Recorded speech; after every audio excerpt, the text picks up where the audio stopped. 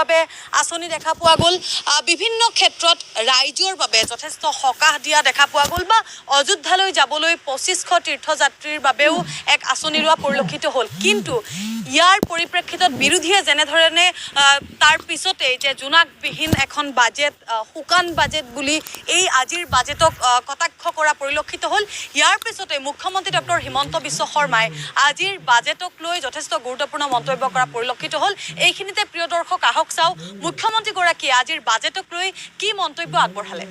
এই বছৰৰ বাজেট প্ৰাকলনত আপোনালোকে দেখা পাইছে যে অসমৰ মুঠ ঘৰুৱা উৎপাদন আগন্তুক বিত্তীয় বৰ্ষত ৬,৪৩,০০০ কোটি টকা পাবগৈ।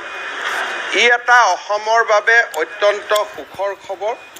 প্ৰতি বছৰে ১৫% হাৰত আমাৰ ইকনমি বৃদ্ধি হৈছে আৰু এই বৃদ্ধিৰ হাৰ যদি আমি অক্ষুণ্ণ ৰাখিব পাৰোঁ, অহা ৩ বছৰৰ ভিতৰত অসম ১০ লাখ কোটি টকাৰ এটা অৰ্থনীতিত পৰিণত হ'ব। দেশৰ অৰ্থনীতিত অসমৰ অৱদান যোৱা বছৰ 1.6% আছিল, এইবাৰ অসমৰ অৱদান 1.82%লৈকে বৃদ্ধি পাইছে। এই বাজেটত মূলধনী ব্যয় বা কেপিটেল ইনভেষ্টমেণ্ট প্ৰায় ৩০,০০০ কোটি টকা স্পৰ্শ কৰিব, এনে এক ধাৰণা এই বাজেটৰ পৰা আমি সকলোৱে লাভ কৰিছোঁ। অসমৰ নিজস্ব ৰাজহ প্ৰায় যোৱা বছৰৰ তুলনাত, তাৰ আগৰ বছৰৰ তুলনাত চলিত বৰ্ষত ৩০% বৃদ্ধি পাইছে, যিটো আমাৰ কাৰণে এটা অত্যন্ত উল্লেখযোগ্য সফলতা। আৰু ৰাজ্যখনত বিৰাজ কৰা আন্দোলন বিবৰ্জিত পৰিৱেশৰ কাৰণে অসমৰ ৰাজহ উৎপাদনৰ হাৰ নিৰন্তৰ গতিত বৃদ্ধি হৈছে। আনকি GSTও ১৪% গ্ৰোথ আমি দেখা পাইছোঁ, যি আমাৰ কাৰণে অত্যন্ত সাফল্যৰ বতৰা বুলি মই ক'ব খোজোঁ। আমি যদি আঁচনিলৈ আহিব খোজোঁ, নিযুত মইনা স্কিমখনে আমাৰ এটা গেম চেঞ্জিং এটা আঁচনি হ'ব বুলি মই ধাৰণা কৰোঁ। বাল্য বিবাহৰ সময়ত যেতিয়া আমি আইনৰ ধাৰাৰ মাজেৰে বাল্য বিবাহক আমি আঘাত দিছিলোঁ, তেতিয়া পৰামৰ্শ আহিছিল যে গ্ৰেপ্তাৰ আদিৰ লগতে উদগনিমূলক ব্যৱস্থাও ল'ব লাগে। নিযুত মইনা আঁচনিৰ অধীনত একাদশমান শ্ৰেণীত নামভৰ্তি কৰিলে প্ৰতিগৰাকী ছাত্ৰীয়ে ১০,০০০ টকা পাব।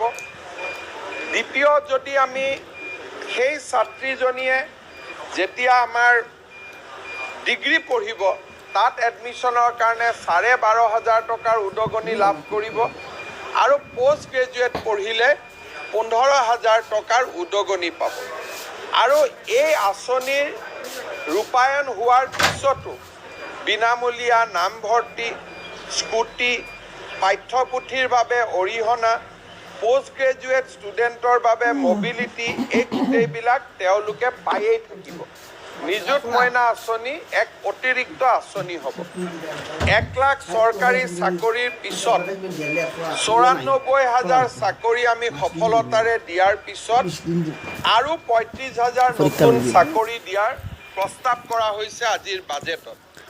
কিন্তু আৰু এটা সামাজিক ন্যায় দিশত গুৰুত্বপূৰ্ণ কোৱা হৈছে যে একেটা পৰিয়ালতে চৰকাৰী চাকৰি যাতে পুঞ্জীভূত নহয়, সেইকাৰণে এটাও চৰকাৰী চাকৰি নথকা পৰিয়ালৰ যুৱক যুৱতীক আমি চৰকাৰী চাকৰি নিযুক্তিৰ পৰীক্ষাত 5%ৰ বেনিফিট দিম। এই 5%ৰ বেনিফিট পোৱাৰ লগে লগে চৰকাৰী চাকৰি এটা পৰিয়ালত পুঞ্জীভূত হৈ থকাৰ পৰিৱৰ্তে ই চৰকাৰী চাকৰি নাথাকা পৰিয়াললৈ বৃদ্ধি হ'ব। মহিলা আত্মসহায়ক গোটৰ সদস্যসকলক ১০,০০০ টকা আৰু পৰ্যায়ক্ৰমে ২৫,০০০ টকাৰ বেংক লোন, ১২,৫০০ টকাৰ ছাবচিডিৰ কথা